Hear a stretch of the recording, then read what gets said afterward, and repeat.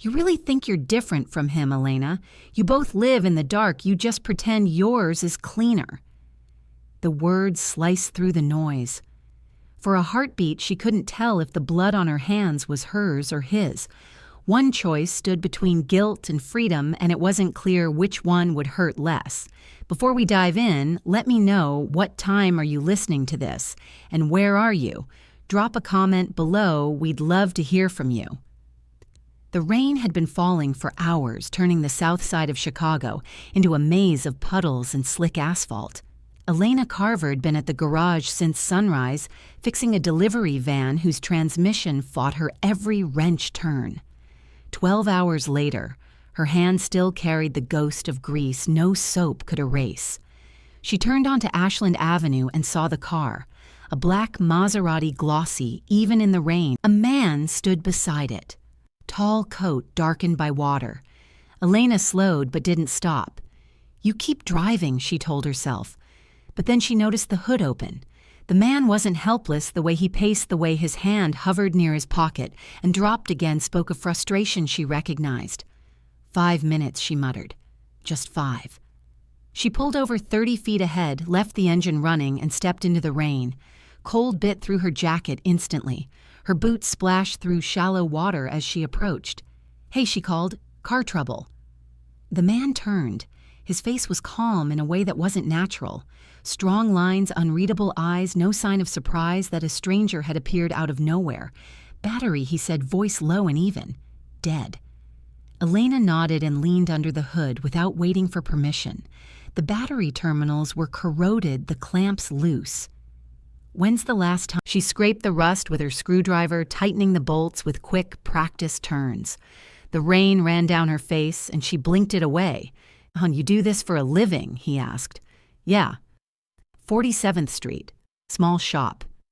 He watched her hands. Not her face, not her body, just her hands. It made her uneasy. She pretended not to notice. "Try it now," she said, stepping back. He slipped into the driver's seat, turned the key, and the engine came alive with a growl that seemed too smooth for the storm. "How much?" "Nothing," she said quickly. "Just get home safe."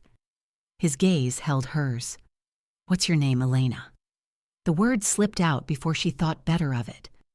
"Elena Carver," he repeated almost softly.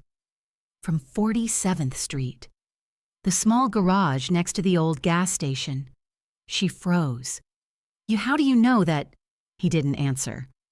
A faint sound rose behind her engines, more than one closing fast. She turned just as headlights exploded through the curtain of rain. 2 black SUVs swerved onto the street wheels, slicing through water doors already opening before they stopped. "What the hell?" He caught her arm and pulled her down hard. The world cracked open with the muted pop of silenced gunfire. Elena's shoulder hit the pavement. Pain shot up her arm. She smelled gunpowder and something sharp metallic.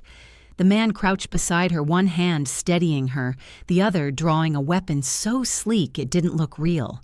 "Stay down," he said quietly. Bullets hit metal somewhere too close. Her heart pounded against the wet ground. A body hit the pavement near the Maserati, dark clothes blending with the street. Another shout, then nothing.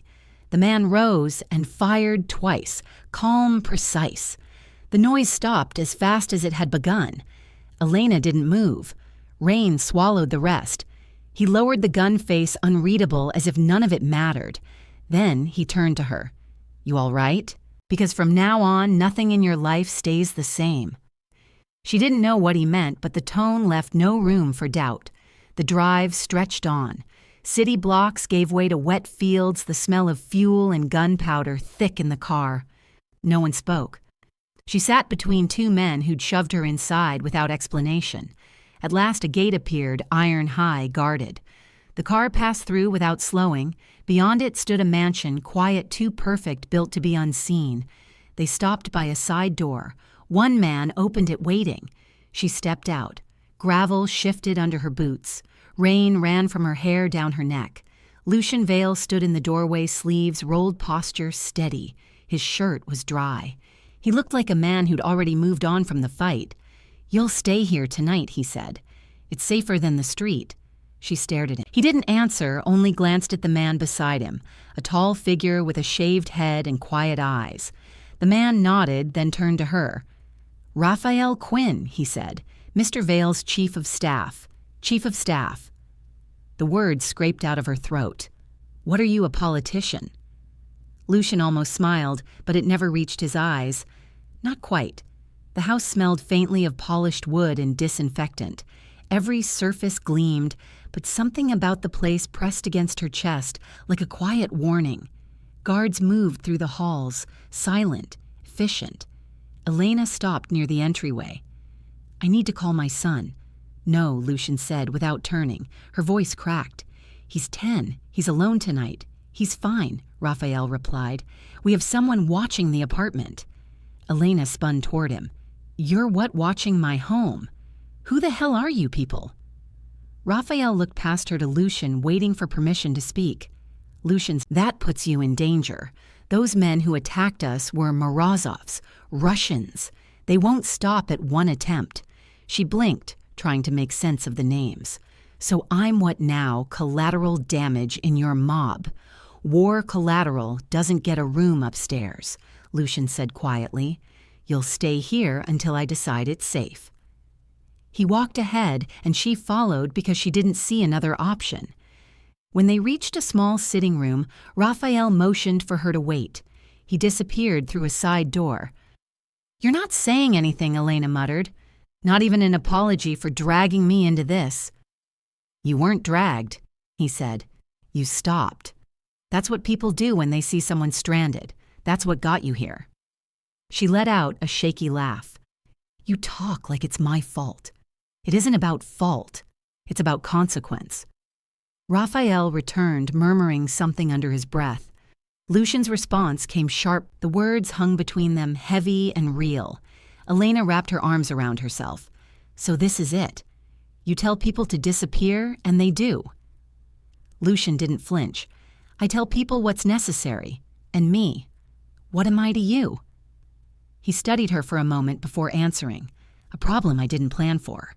He nodded toward the staircase. "Your room's ready. Raphael will show you." She didn't move. "I don't want your protection." "Then think of it as containment," he said. "Either way, you're here." Raphael reappeared and motioned for her to follow. Upstairs, the walls were pale, faintly scented with cedar. The guest room held a bed too soft to trust and curtains thick enough to erase the world. Beyond the glass stretched fences topped with coiled wire. Guards moved along the edge, steady, precise. Behind them, only the faint outline of trees. Elena rested her forehead against the... She thought of Noah asleep, blanket sliding from his shoulder, unaware his mother had vanished into another world. Downstairs, Lucian spoke quietly to Raphael. "She doesn't belong here," Raphael muttered. "I know." Lucian's eyes lingered down the hall toward the guest rooms. "But she helped me. That makes her mine to protect or to lose." He turned away, phone already in hand. "Either way, she's my responsibility now." The hum of machinery woke her before dawn. It came from below, steady as a pulse. Elena sat up disoriented. The bed, the curtains, the silence, all of it borrowed. Her clothes hung over a chair, still damp. She pulled them on. A knock. Raphael opened the door. "Mr. Vale wants you downstairs." She followed him through a narrow corridor to the elevator. When the doors slid open, she stepped into what looked like a mechanic's dream rows of polished cars. Lucian stood near the center, speaking with two men who fell silent when he turned. "This is where you'll work," he said. She frowned. "Work? You think I'm staying here?" He ignored the edge in her voice. "You fixed my car when no one else could. That means something in my world. A debt. You'll handle my fleet maintenance modifications, anything Silas can't do himself." Silas. A man emerged from behind one of the cars, late 30s, pale from too much time indoors, grease on his knuckles. His expression carried none of the sharpness she'd seen in the others. "Silas Ward," he said. "Engineer. I'll show you around." "I'm not working for you," Elena said. Her voice rose brittle. "I have a son. A job. I just want to go home." Lucian watched her as if measuring the weight of each word. Noah Carver, Jefferson Elementary, 4th grade. Your rent's 3 months late. How I make it my business to know the things that can get people killed, he said. And to stop them before they do. You'll stay here. You and your son will be safe as long as you cooperate. She shook her head. You're threatening me. I'm protecting an investment, he replied evenly. Safety always comes with a price. Something in her gave way, quiet but deep. The last bit of control slipped from her grasp. She wanted to strike him to make him feel the panic clawing through her chest, but she only turned aside. Silas cleared his throat. Come on, I'll show you the diagnostic system. She followed. It was easier than arguing. The garage smelled faintly of metal and ozone. Silas pointed to a row of monitors glowing with engine data and security feeds. These cars aren't for show, he said. They're armor on wheels. Every one of them has a story that ends badly. His tone held no bitterness, just fatigue. I fix things better than I break them. Sometimes that's enough. They worked through the morning. Elena's hands moved on instinct bolts and wires, pulling her back to rhythm. By afternoon, her breathing matched the hum of engines. When she looked up, Lucian was gone. Raphael stood by the far wall, murmuring into his earpiece. Silas nodded toward a tray. Eat before you drop. That evening, she wandered behind the house.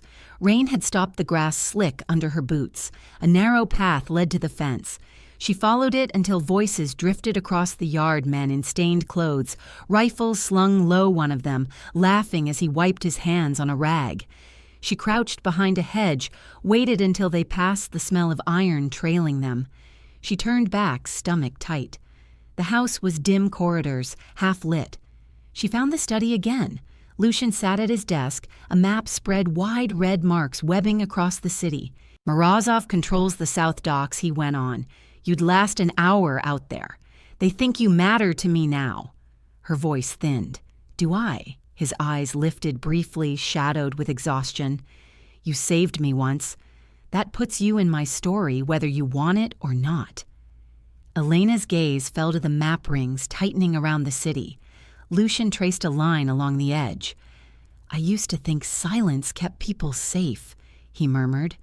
Now I know it just tells the world where to aim. He turned back to his work. Thunder rolled far off, dull and distant. The call came just after 3 in the afternoon. Elena was under the hood of a sedan when Raphael appeared at the doorway, phone in hand.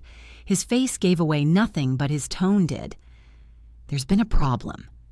Her wrench slipped from her fingers. What kind of problem, Noah, he said. Someone followed him after school. He's safe for now, but we had to move him. She wiped her hands on a rag that didn't do much good. Move him where? To a secure location, Raphael said. Lucian's orders. Where? She repeated. He didn't answer. Instead, he passed the phone to her. Lucian's voice came through calm, even. He's fine. I have my men with him. You can talk to him once he's settled. Her throat closed up. You had no right, I had the means, he interrupted softly. Morozov's people are watching your apartment. If they wanted to make you talk, they'd start with your son. Elena pressed the heel of her hand against her chest, as if that could slow her pulse. I want to see him. You will, Lucian said, but not tonight. The line clicked off. Raphael took the phone back and left her standing in the smell of oil and burnt rubber. She went back to work, or at least tried to. The machine in front of her blurred into color, and the tears came without permission, hot against skin already raw from the day. No one came for a while. She wiped her face with her sleeve, smearing oil across her cheek. That was how Lucian found her. He didn't speak at first, just stood near the doorway watching her fight for composure. She thought he might say something sharp, something to remind her she was in his house. Instead, his voice came quiet, measured. I was your son's age when my mother died. Elena didn't look up. Is that supposed to make me feel better?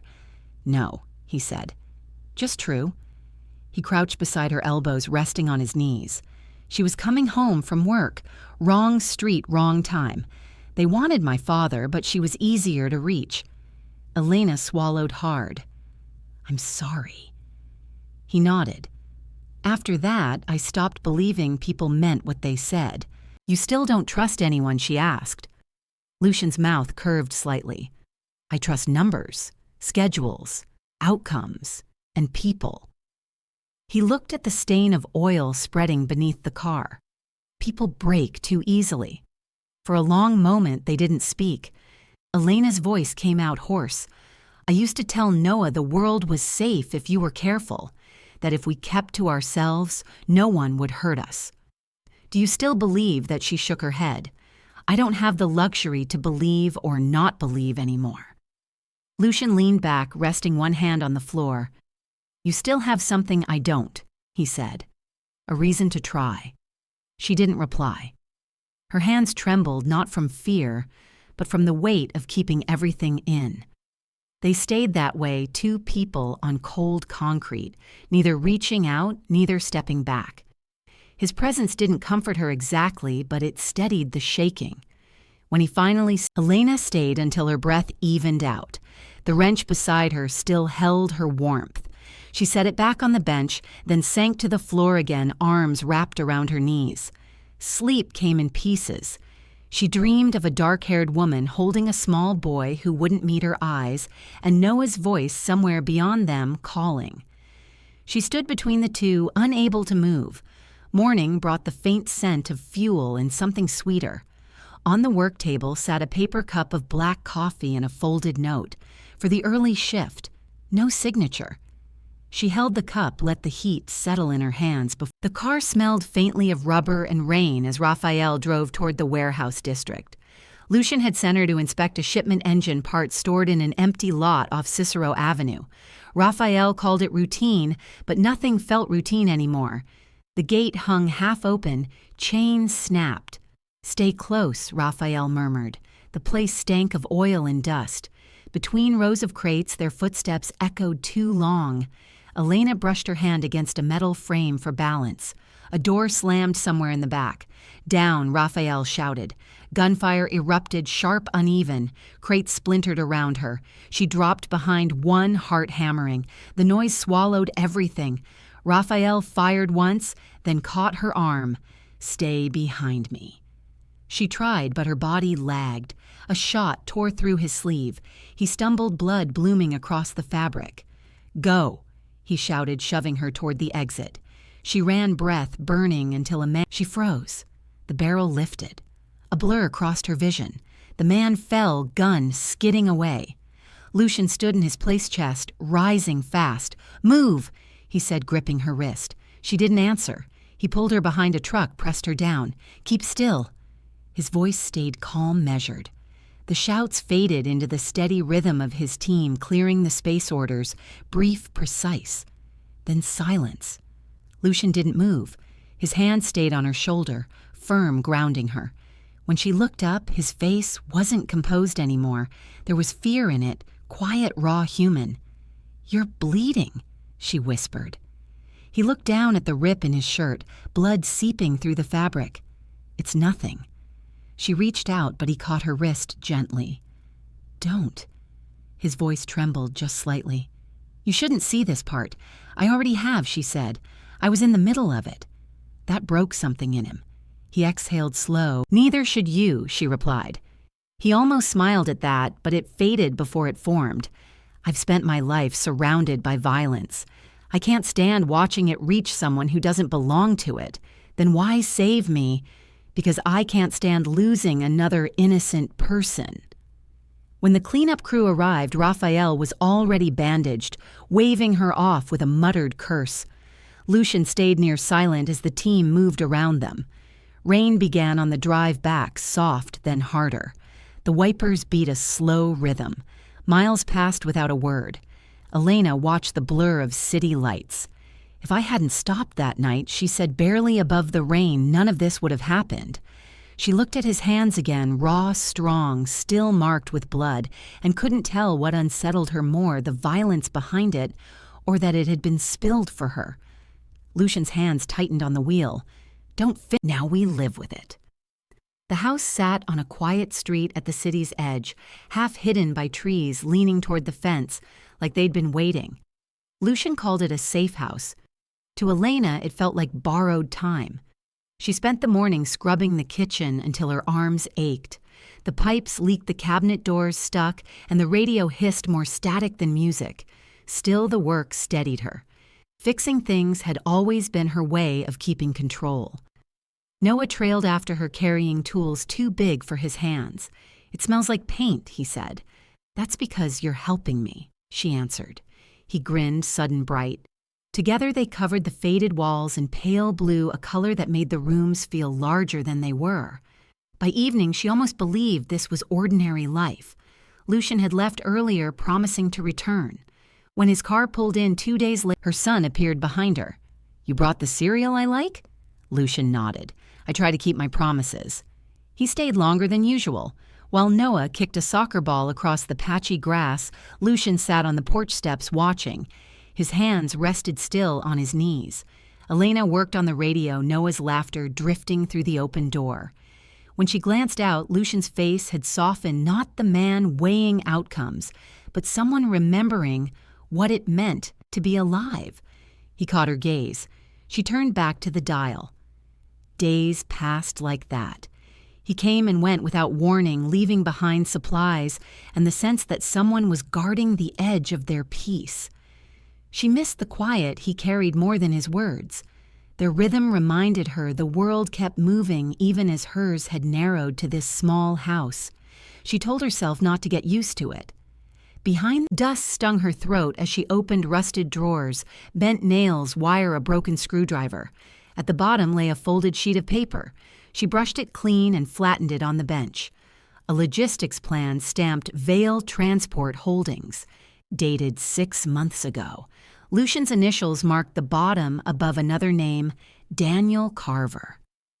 Elena folded the paper, slid it into her pocket, and stood there, unsure whether the chill spreading through her chest came from the rain or the truth taking shape. Rain hadn't stopped since dawn. She'd read it so many times the ink marks blurred in places where her fingers had pressed too hard. Vale Logistics, 6 months prior. Beneath the signature, the name that refused to fade, Daniel Carver. He had vanished 3 years ago, leaving behind an empty account, an unpaid lease, and a trail of lies she'd spent months trying to erase. Now his name sat beside Lucian's, printed neat, and Lucian entered without waiting for her to speak. He seemed surprised to find her alone. "Where's Noah with a neighbor?" she said. "We need to talk." He looked at the paper before she pushed it across the table. His eyes moved once over it, then back to her face. "Daniel Carver," she said quietly. "My husband." Or he was. Lucian didn't blink. "Yes." The calmness in his tone sliced deeper than any denial. "You knew I did." Her chair scraped against the floor as she stood. "You hired him. He worked for one of my companies. Short contract.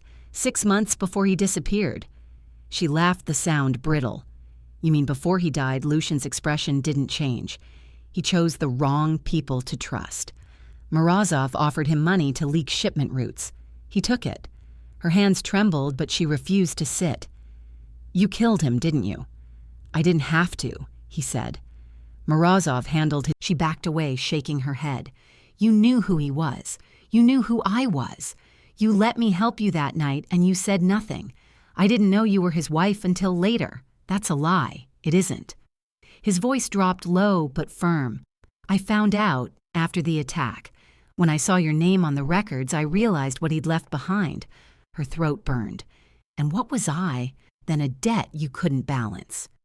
He took a step forward. "A person I owed honesty to. Too late." She grabbed her jacket and keys, brushing past him. Lucian called her name once, but she didn't turn. The car groaned before settling into a rough hum. Rain streaked the windshield as she drove with no clear direction. The road blurred. Memory filled the gaps, Daniel's last voicemail, the half-packed suitcase, the silence that followed. Headlights appeared behind her. She didn't need to check who it was. Only when the road, Lucian's car pulled in behind. He walked through the downpour, soaked within seconds. She stayed in the seat. "You don't quit, do you? You shouldn't be out here," he said. "It's not safe. Stop saying that. Safe isn't real. You should know." He started to answer, then didn't. Rain ran from his hair into his eyes. "You lied," she said. "You called this protection. It's punishment. I didn't lie. I left things unsaid because you'd have walked away. I should have, but you didn't." The words landed heavier than either expected. She shut off the engine and stepped into the rain. Trucks rumbled across the bridge, the city below washed in red streaks. "Tell me," she asked, "did Daniel deserve it?" "No one deserves that," he said quietly, but he chose it. Something broke loose in her chest. "Then what about me? Did I choose this too? You tried to help a stranger." She laughed. The storm filled the space between them, water pooling around her shoes. "If I could take it back," he began. "You can't." The sky hung low. Elena parked behind a grocery store to meet a supplier. A black car idled 2 rows back. Near the exit, a man stood motionless. Her skin prickled. Glass shattered. She crawled across the seat. The loading dock across the street was the only cover. She pulled the metal door open and slipped through. The warehouse reeked of oil and dust. Crates loomed around her. She jammed a pipe through the latch and held her breath listening. A familiar voice called her name. Lucian. He appeared through a Gap gun raised coat, whipping behind him. "Stay low," he ordered. Gunfire answered before she could move. She dropped to her knees, hands over her ears. The blasts shook the walls. Smoke thickened, stinging her throat. Crawling toward him, she shouted. A bullet clipped the edge of the wall near his shoulder. He hissed, hand clutching the wound. Without thinking, she grabbed his arm, dragging him behind a stack of crates. He tried to wave her off, but she tore a strip from her sleeve and pressed it against the bleeding. "You're out of your mind," he said through clenched teeth. "Then we're even," she replied. Lucian's jaw tightened. "They'll set fire to the place if they can't get in." Her hands shook as she tied the cloth tighter. "You said Morozov killed Daniel. He went still.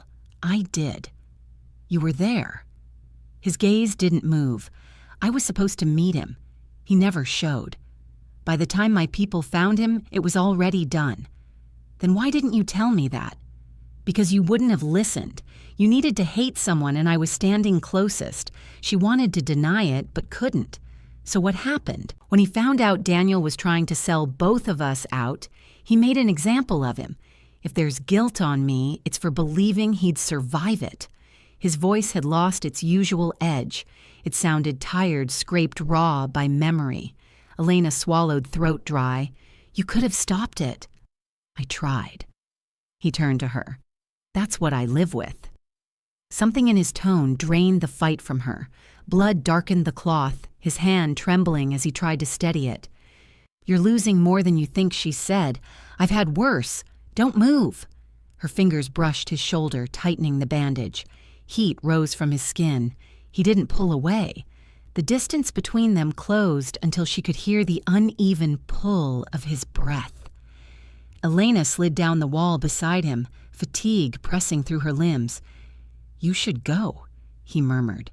"Take Noah, disappear, and leave you. That's what I'd do. But you're not me." Her palm rested over the wound pulse steady beneath her hand. For once, he wasn't a criminal or a savior, just a man holding the weight of his own wreckage. By morning. Elena sat at the kitchen table, coffee untouched. Lucian stood in the doorway, jacket, crisp expression unreadable. "You need to leave," he said. "Both of you. I can have a car ready by nightfall, a house near Milwaukee. It's safer there."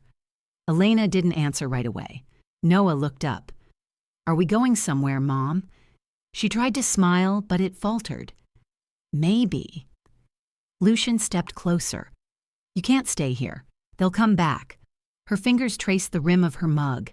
"I've spent years running. Every time I think it's over, I find myself in another borrowed room." She met his eyes. "What happens when we run out of places to go?" He didn't respond. Raphael entered then, shaking rain from his coat. "Boss," he said, "we've got news. Morozov's moving a shipment tonight, big one. Dock 37 West. It's the window we've been waiting for." Lucian's attention shifted instantly. "You're sure," confirmed Raphael said. It's a full transfer. If we hit them now, it ends. Elena caught the tone, the same one she'd heard from Lucian before something dangerous.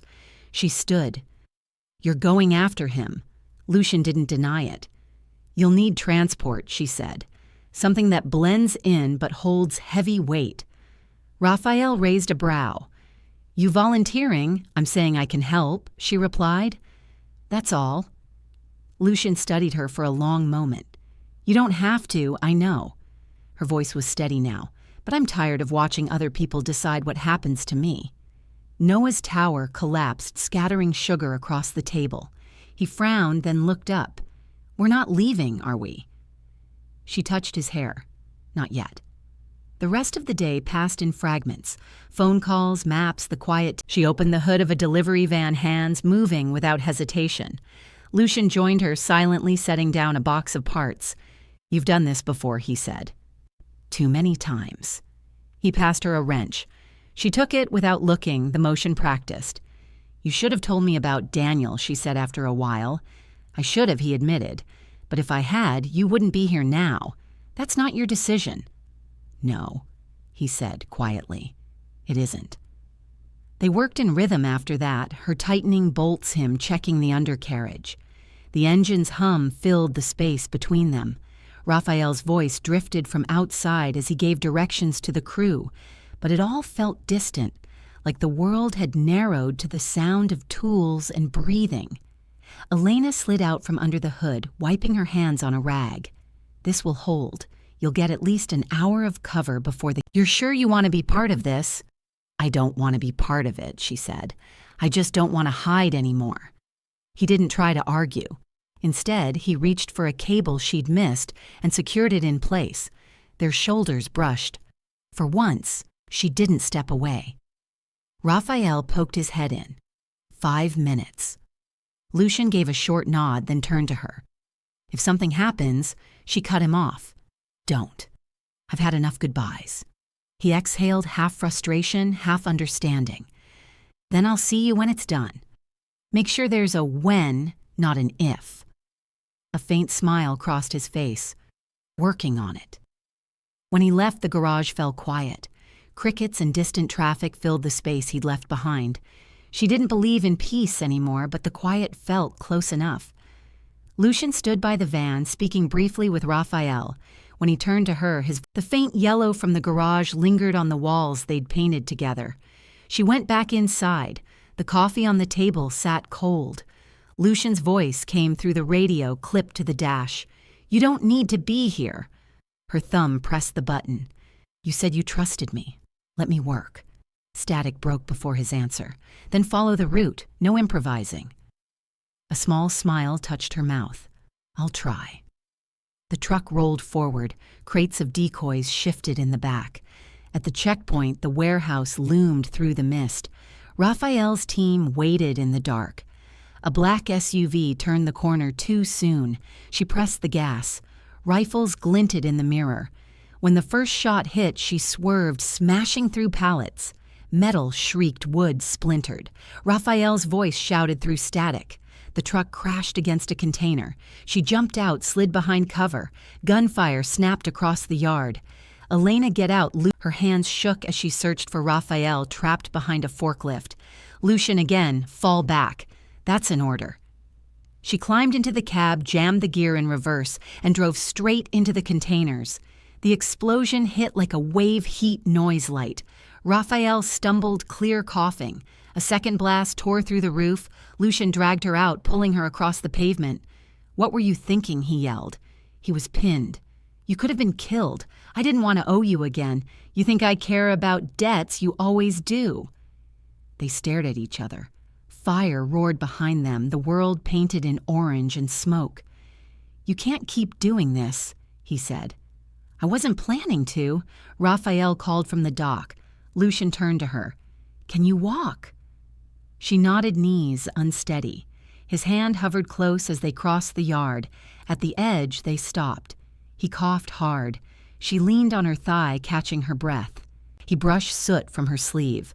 Next time, listen. Next time, don't ask me to run. Sparks drifted over the water, their reflections scattered red across the waves. They walked on without looking back. By morning, news spread fast. The shipment lost, Morozov alive, half the network exposed. Lucian sat at the long table sleeves, rolled papers scattered like debris. When Raphael said it had to be Silas, the room fell silent. Lucian didn't look up at first. He just rubbed the bridge of his nose, the kind of gesture that meant he'd already made up his mind. "Bring him in," he said. Elena stepped forward. "Wait, you don't know that?" Raphael turned to her.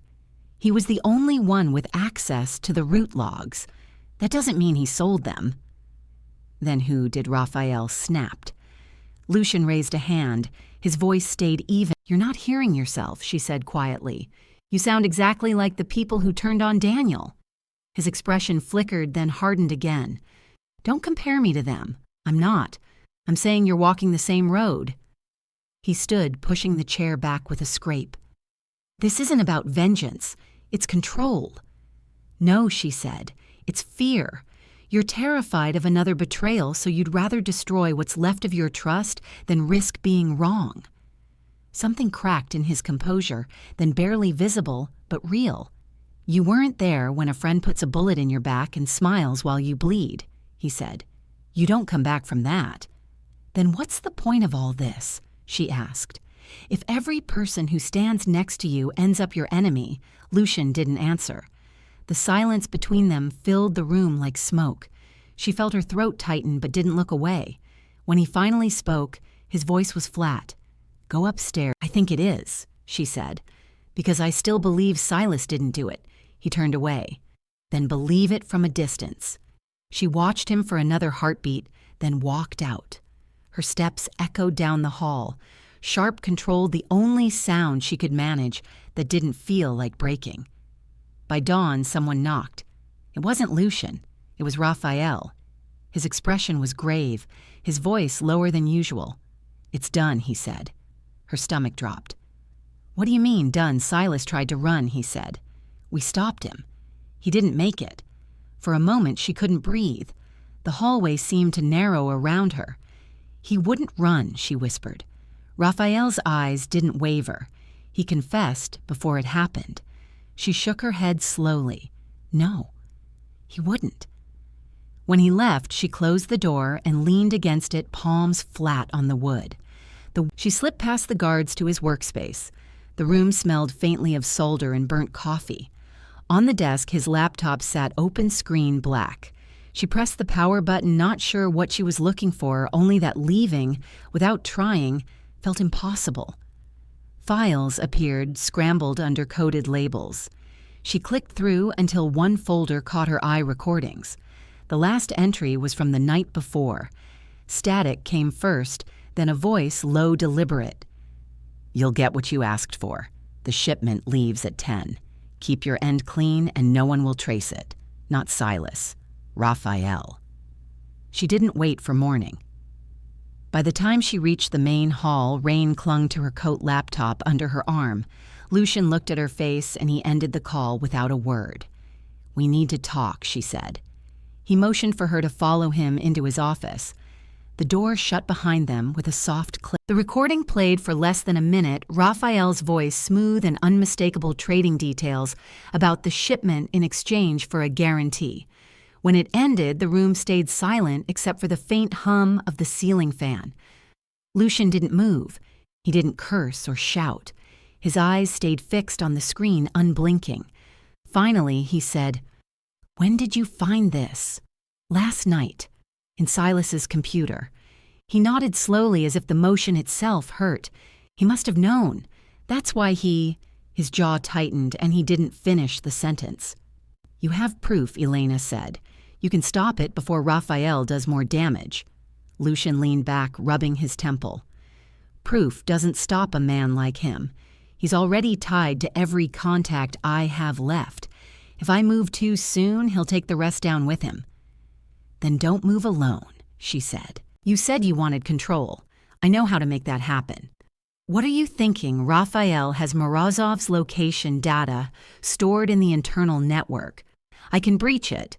redirect the feed, and make them think the meat is still secure. You use that window to hit them before they realize what's happening." Lucian listened without interrupting the faintest flicker of something like trust crossing his face. "You do that knowing what this means?" "Someone has to," she said, "and you can't afford to lose more people." He stood. "Then we finish it together." The words surprised her more than they should have. By evening, Lucian handled the strategy position's timing weapons.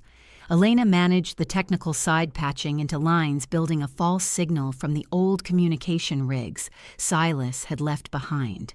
He no longer watched her every move with doubt, and she no longer felt the need. When she ran a final diagnostic, Lucian handed her a cup of water. "You've done this kind of thing before," he said. She smiled faintly. "I used to fix transmissions, not reroute crime syndicates. Same principle, better stakes." She closed the laptop. "You should get some rest, you'll need it." "So should you," he said. "But I know you won't." "No," she said softly. "I won't." He took a seat across from her elbows on his knees, eyes thoughtful. "You know, when I started this, I thought the only way to survive was to make everyone disposable. It kept me alive. It also made me blind." Elena folded her hands. "You saw what happened to Silas. You're not blind anymore." His eyes lingered on her face. "If I don't make it out, you take Noah and leave. Don't look back." She shook her head. "Don't make promises you don't intend to keep." "I'm not promising," he said quietly. That earned a small breath of laughter from him, the kind that sounded like it hadn't been used in years. "You still owe me," she added. "For what? A proper dinner. One that doesn't come out of a takeout box." He looked at her, and in the quiet that followed, something unspoken passed between them, a kind of vow that didn't need words. Later, when the plan was set and the others had gone to rest, Elena stayed behind to check the connections one last time. Lucian stood near the doorway watching her work. "If this works," he said, "everything changes. It has to. And if it doesn't, then at least we tried on the same side." He didn't answer, only nodded once before leaving her alone with the soft hum of the machines. The warehouse loomed at the edge of the dock. Elena crouched near the rear entrance, her pulse a slow drum in her throat. The earpiece buzzed softly. Her fingers tightened around the small pistol she'd never wanted to use. She slipped between rows of stacked crates wires running up her sleeve from the transmitter she'd built into her jacket. The signal blinked steady. Everything worked. Then chaos. A shout followed by gunfire. Muzzle flashes tore through the dark. Men shouted in Russian and English orders tangled in confusion. Elena ducked behind a crate as splinters flew past her head. Across the floor, she saw Raphael running, no mask. No pretense now, only the sharp look of someone cornered. He spotted her and smiled almost kindly. "Well," he said, voice calm despite the noise, "I suppose this is where the loyalty ends." She stepped out, gun raised. "It ended the moment you killed Silas." He tilted his head. "I didn't kill him. You think I would waste a good mechanic? Morozov's people took care of that. You think I wanted this life? Lucian built an empire on debts and pride. You him me. None of us are innocent. We just picked different chains." Elena's grip tightened. "I picked my son." His smirk faded. "Then you've already lost. This world doesn't leave anything untouched." The next sound was a single sharp crack. The recoil jolted her arm. Raphael staggered, shock flashing across his face before he fell. Elena stood still, gun trembling slightly. She lowered it, exhaling once. No satisfaction, just a hollow quiet where fear had been. She moved toward the main hall. Firelight flickered where Lucian and Morozov faced each other. "You took everything from me," Morozov growled. Lucian's reply came even-edged. "You did that yourself." They clashed, no strategy, just force. Metal rang as they crashed into the railings. Lucian shoved him back. A knife flashed. The blade dropped, spinning once before it hit the floor. A single shot ended it.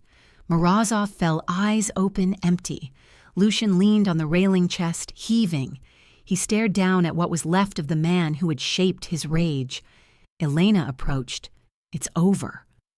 The gun slipped from his grasp. His gaze met hers, tired but clear. Sirens wailed far away. Small fires crept along the walls, feeding on oil and paper. "You shouldn't have come," he muttered. "You'd be dead if I hadn't." He almost smiled, winced. "I don't know what that makes us now. Alive." They stood together as the sound of the river rose beneath the warehouse. The house by the lake smelled faintly of pine. The boards creaked underfoot. The water moved slow beneath the moon. It wasn't a hideout, just a place where gunfire didn't echo. Lucian had come here as a boy. Now it stood. When Elena lifted it to fold something, metal hit the table. A keychain, silver scratched, stamped Carver's Auto Repair. Her breath caught. One of hers printed years ago for her garage. She turned it in her palm. Oil still clung faintly to the metal. He had known her before Chicago. The thought didn't burn it, just shifted something deep inside. She closed her hand around the keys, glancing toward the stairs where Noah slept. Lucian appeared in the doorway, hair-damp face drawn. "You should be asleep," he said. "I couldn't." His eyes went to the keys. The recognition there was enough. "How long have you had them?" "A while?" "Since before we met. So you did know me." "I knew of you," he said quietly. "You ran a small shop. I needed someone honest for a legal branch of my business. Nothing criminal." Her mouth tightened. "And that night on Ashland, that wasn't supposed to happen." He leaned. The lamp buzzed again. "You investigated me," she said. "My son, my life, and still let me think it was chance. It started that way," he admitted. "It didn't stay that way. You think that changes anything? No. But it's true." He moved closer, slow enough for her to step back. She didn't. "When you said you had no choice," he murmured, "I understood. I've lived that way, survival without meaning." Elena turned to the keychain lying in the circle of light. "You should have told me." "I know. And now you know everything." His control was gone, replaced by something almost human. He reached for her hand, hesitant. She let him. The kiss came quiet, uncertain, unhurried. Not forgiveness, just proof the wound still lived. When he drew back, his forehead rested against hers. "I don't know how much I can believe," she whispered. "Neither do I." The room stilled. Wind brushed the windows. Water. Elena turned the keys, once in her palm, set them aside. Lucian sat across from her, elbows on his knees. Neither spoke or moved to leave. The quiet between them didn't demand anything. It simply held. Two people no longer running, unsure if they'd stopped or just paused long enough to breathe. A week later, the headlines reached her. Power shift in Chicago underworld. Several missing. Police suspect internal feud. She read it twice, the print smudged where her fingers pressed too hard. The photograph showed yellow tape stretched across the docks, smoke curling behind uniformed officers. One name stood alone, Lucian Vale presumed dead or in hiding. She folded the paper and slid it into the trash. The kettle on the stove whistled softly and she turned it off before it screamed. When the summons came, she wasn't surprised. The police station smelled of coffee and rain-soaked coats. A detective with tired eyes. "Carver," he began. "You were seen at multiple properties connected to Mr. Vale. We'd like your statement." Elena kept her hands folded on the table. "I already gave it. This is for clarification." He waited, pen poised. She could feel the weight of every word she didn't say. "I don't know who killed Viktor Morozov," she said finally, "but I know how many would have died if no one stopped him." The detective studied her face. "You're saying Vale stopped him. I'm saying someone did." He leaned back, expression unreadable. "You understand the difference between omission and protection. I understand the cost of both," she said quietly. After a pause, he clicked off the recorder. "You can go." The rain had turned steady again. She started down the steps when a gray van rolled to a stop at the curb. Two officers climbed out, followed by Raphael. His wrists cuffed When he saw her, he lifted his gaze and smiled, faintly, half mockery. half acknowledgement. "You won," he said as they led him past. Elena didn't answer. Words felt too small for what had been lost. By afternoon, she was back on 47th Street. The garage stood as she'd left it. She ducked under the tape. The smell of oil and dust wrapped around her, familiar yet distant. Her tools still lined the workbench, neat and waiting. A faded calendar clung to the wall, months behind. She brushed the counter, remembering the clang of wrenches, Noah's laughter in the corner. A creak came from the back door. She turned, expecting the wind. Lucian stood there. No suit, no guards, just a man in a worn jacket, shoulders drawn, eyes darker than before. "I thought you were gone," she said. "I was supposed to be." He stepped closer, boots marking the dust. A small envelope rested in his hand, edges bent. "This belongs—" "You didn't have to," she said. "It's yours," he said simply. "Always was." She set the envelope down on the counter, fingers resting on it but not opening. "If you really want to do what's right," she said, "don't disappear again. You've built too much damage to think walking away will fix it." Lucian looked at her for a long time, eyes flickering between defiance and exhaustion. "You think I can clean what's left of it? I think you can try," she said. "That's more than most." He nodded once, a quiet gesture that felt heavier than words. When he finally turned to leave, she didn't stop him. At the door, he hesitated, as if wanting to speak, then decided against it. The door shut softly behind him, and the garage fell quiet again. Sometimes redemption isn't about erasing what we've done, it's about choosing. Healing begins the moment we stop running from our past and start shaping it into something better. May their story remind you that rebuilding takes time, but peace often begins with a single imperfect act.